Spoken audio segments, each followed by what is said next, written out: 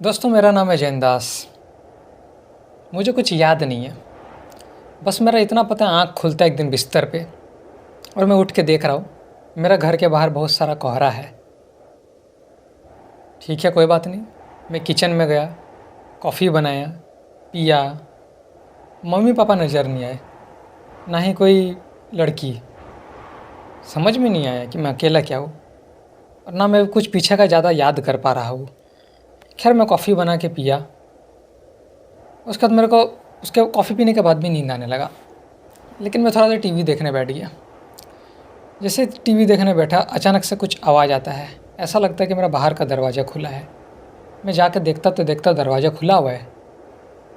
मैं दरवाज़े को लगा देता हूँ और फिर टीवी देखता हूँ। टीवी देखने के लिए जैसे आता हूँ उस रूम में, तो देखता हूँ मेरा टीवी अचानक से बंद हो गया। मेरे को समझ में नहीं बंद कैसे हो गया। ऑन किया, फिर थोड़ा देर बाद देख रहा हूँ वो बंद हो गया। ऐसा चेहरे ख़राब हो गया होगा क्या, समझ में नहीं आ रहा है। खैर, मैं अपने रूम में जा रहा था, तभी मेरे को कुछ फुसफुसाने का आवाज़ आने लगा, जैसे कि कोई बात कर रहा है उस रूम में, टीवी वाला रूम में। पीछे मुड़ कर देख रहा हूँ, रूम में कोई नज़र नहीं आया। खैर, मैं वापस बेड में गई, नींद आ रहा था, इससे सो गया। अगला दिन हुआ, ये सिलसिला चलते रहा। नॉर्मल अपने उठता था, लेकिन घर के बाहर जाने का मन नहीं करता था। हमेशा घर के बाहर कोहरा रहता था और पता नहीं मेरे को रोशनी क्यों नहीं बर्दाश्त होता था, इसलिए मैं हमेशा घर में कपड़ा ढक के रखता था। एक दिन फिर ऐसा होता है, बाहर का दरवाज़ा अपने आप खुल जाता है। बाहर आके देखता तो देखता कहीं हवा भी नहीं चल रहा है। फिर मैं लगा देता हूँ। मैं लगा के जा ही रहा था, तभी मेरे को बाहर से कुछ आवाज़ आता है। मैं दरवाज़ा खोल के देखता हूँ तो देखता हूँ एक बुजुर्ग आदमी और दो औरत है। बुजुर्ग आदमी और एक औरत, दोनों का उम्र सेम में लग रहा था कि शादीशुदा थे ये लोग। एक और लड़की थी जो उन लोगों से काफ़ी छोटी थी, बेटी थी बहन थी मुझे नहीं पता। मैंने बोला कि आप लोग? उन लोगों ने बोला कि हाँ, लेने आए थे तुमको। मैं बोला कि किसको लेने आए थे? बोला कि तुमको नहीं मालूम? बोला कि अच्छा अच्छा, आप लोग नौकर है क्या? हो सकता है मेरे मम्मी पापा ने रखा होगा। आ जाइए घर का काम करिए, पैसा मिल जाएगा, टेंशन मत ले जाइए। उन लोगों ने एक दूसरे का शक्ल देखा। मैं बोला कि आइए, अंदर आए। मैंने बोला कि नाम क्या है? उन लोगों ने अपना एक एक नाम बताया। मैंने बोला ठीक है, आप लोग घर का काम कर सकते हो, वो रहा किचन में कह रहा।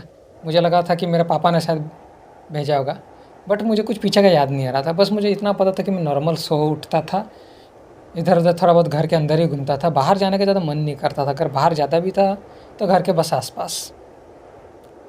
एक रात ऐसे होता है, एग्जैक्ट देख रहा, रात के 10 बजे किचन से कुछ आवाज़ आ रहा है। मेरे को लगता है घर में कोई घुस आया है या फिर नौकर सब है। मैं अपना बैट उठाता और किचन में जाता हूँ, लाइट ऑन करता हूँ, देखता कोई नहीं है। फिर अचानक से कुछ चिल्लाने का आवाज़ आता है, बहुत धीमा, और देखता गिलास गिर जाता है। मेरे को समझ में नहीं आ रहा है ये पैरानॉर्मल एक्टिविटी मेरे साथ क्यों हो रहा है। मैं नौकर लोग के पास गया, देख रहा वो लोग अपना रूम में सो रहा है। मैंने उन लोगों को उठाया, बोला कि किचन में कोई आया था क्या? बोला कि नहीं सर, कोई नहीं होगा, आप सो जाइए। बड़ा कॉन्फिडेंस से बोला। सिलसिला चलते रहा। घर में कभी ना कभी कुछ ना कुछ इधर उधर अपने आप दरवाज़ा खुल जाता था, आवाज़ें आता था, सामान इधर उधर हो जाता था। टीवी को मैं ऑन करता था तो वो बंद हो जाता था। ये सिलसिला चलते रहा। अचानक 20 दिन बाद मुझे लग रहा है मेरे घर में अचानक से मैं देखता हूँ किसी का, बुजुर्ग औरत का आवाज़ आ रहा है। मैं हॉल में जाकर देखता तो देखते एक बुजुर्ग औरत है जिसका चेहरा अच्छी तरीके से नज़र नहीं आ रहा है, धुआं धुआं है, आंखें एकदम सफ़ेद है। मैं समझ गया ये तो कोई आत्मा वगैरह, भूत वगैरह है। मैं एकदम डर गया। वो आत्मा ने मुझे देखा, मैंने उसको देखा, और एकदम एक दूसरे को देख के रुक गए। उस आत्मा ने मेरे को बोला, तुम यहाँ क्यों हो जयंत? तुम्हें तो यहाँ नहीं होना चाहिए। मैंने उसको बोला कि तुमको मेरा नाम कैसे पता? बोला कि घर तो तुम्हारा है, मुझे पता है। मैंने बोला कि तुम शैतान हो क्या? बोला कि मैं शैतान नहीं हूँ जयंत, मैं तो एक इंसान हूँ। तुम्हें अब यहाँ से चल जाना चाहिए, अब ये तुम्हारा घर नहीं है, जिसका घर है उसे छोड़ दो। मैं समझ में नहीं है शैतान मेरे से चाहता क्या था, ये आत्मा क्या चाहता था। मैंने नौकर लोग को बुलाया, मेरे को समझ में नहीं आ रहा था मैं पागल हो गया क्या हो गया। मैंने बुलाया, इधर आओ, जल्दी से इधर आओ। मैंने बोला तुम लोग उसको देख पा रहे हो कि नहीं? बोला किसको? तब तक वो बूढ़ी औरत का आत्मा गायब हो चुका था। मैंने बोला कि मैंने अभी इसको किसी को देखा यहाँ पर। मेरे को समझ में नहीं, मैं बेडरूम की तरफ भागा अपना गन लेने के लिए। मेरे पास एक पिस्टल था। मैं तभी देख रहा हूँ मेरे बेडरूम का किसी ने चद्दर वगैरह हटा दिया है और मेरा पूरा आँख जल रहा है, शरीर जल रहा है, मतलब अजीब टाइप का लग रहा है। मैंने नौकर लोग को बोला कि किसने यहाँ का चद्दर हटाया, मेरे को रोशनी से प्रॉब्लम होता है, तुम लोग को बताया था ना मैंने। तो नौकर लोग बोला, अरे सर रोशनी से किसी को प्रॉब्लम कैसे हो सकता है, आपका ये भरम है। मैंने बोला कि मेरे को तुम लोग यहाँ से चल जाओ, मेरे को तुम लोग पागल साबित करना चाहते हो, कुछ भी हो सकता है, तुम लोग चल जाओ, मेरे को तुम लोग पे भरोसा नहीं है। चद्दर सब क्यों हटाया हैं, तुम लोग ये घर पे कब्जा चाहते हो क्या? मैं अपना गन को उठाया, बोला कि चल जाओ यहाँ से। मेरे को लग रहा था शायद नौकर लोग कुछ इस तरह का हरकत कर रहा होगा, सामान वगैरह हिला रहा होगा, इसलिए मैंने उन लोग को जाने के लिए बोला। क्योंकि कुछ कुछ नौकर लोग होते हैं जो लोग आप लोग का घर पर कब्जा करना चाहता है। बोला कि सर आपको चल जाना चाहिए, ये घर आपका भी नहीं है। मैंने बोला कि मैं एक और बार नहीं बोलूँगा, अब मैं सीधा गोली चलाऊँगा, जाओ यहाँ से। नौकर लोग घर के बाहर चल गया। घर के बाहर अभी भी कोहरा था। मैं सो गया, समझ में नहीं आज क्या हुआ। अगला दिन फिर होता है और फिर मैं देखता हूँ हॉल में किसी तरह का आवाज़ आता है। मैं नीचे जाकर देखता तो थोड़ा थोड़ा धुआं टाइप का लगता है और वो औरत, वो बूढ़ी औरत फिर वहाँ पर है, धुआं के रूप में, किसी तरह का आत्मा के रूप में, शैतान के रूप में। मैं समझ गया कि इस घर में कुछ शैतान है। मैं बोला कि क्या चाहते हो तुम मेरे से? तो उस शैतान ने मेरे को बोला, तुम चल जाओ यहाँ से, ये घर इन लोग का है। मैंने बोला किन लोग का है? जिसका ये घर है, तुम यहाँ क्या कर रहे हो? मेरे को समझ में नहीं आ रहा है ये चल क्या रहा है मेरे साथ। मैंने बोला कि चाहते क्या, खुल के बोलो। बोले, तो उस बूढ़ी औरत ने कहा, तुम तो मर चुके हो तो तुम्हें तो यहाँ से चल जाना चाहिए जयंत। मैंने बोला कि पागल हो क्या, मैं नहीं मरा, मैं तो जिंदा हूँ। बोला कि मान लो जयंत तुम मर चुके हो, तुम्हारा भी ये दुनिया नहीं है, तुम्हें समझ में नहीं आ रहा है? तुम्हारा घर के आसपास से कोहरा गायब क्यों नहीं हो रहा है? कभी धूप क्यों नहीं निकल रहा है? तुम्हें रोशनी बर्दाश्त क्यों नहीं हो रहा है?